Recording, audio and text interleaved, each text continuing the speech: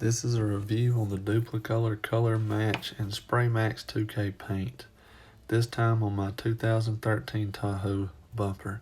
I did a previous review on my 2000 model Firebird if you want to go back and watch that one. This time I swapped it up and used Duplicolor Automotive Primer because it came in a bigger can and was a little cheaper than the Perfect Match Primer.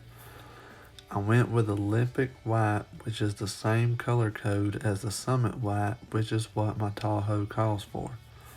And I went straight for the Spray Max 2K Clear this time.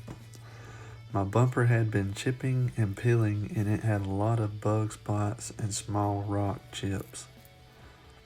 First step is to remove the bumper and place it on a work table. I also replaced my driver headlight assembly at this time because it was cracked and hazy. I taped off the grill instead of trying to remove it because a lot of the plastic clips that hold it in place were very brittle and felt like they would break with very little prying, so I left them alone. Some of these spots I tried to touch up before with a paint pen and it just didn't look good and it didn't last. I sanded the whole bumper with 200 grit sandpaper, concentrating on the chip spots, feathering it out until it was all smooth. Then I went over it with a 400 grit and then wiped it down with alcohol.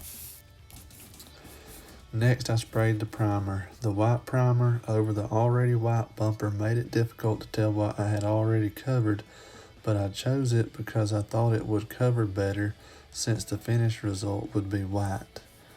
I let it dry for 20 to 30 minutes, then lightly sanded it with 600 grit and wiped it down with alcohol. Then I sprayed the base coat. I let it dry for 20 to 30 minutes and then I lightly sanded it with 800 grit sandpaper and wiped it down with alcohol. Then I sprayed the clear.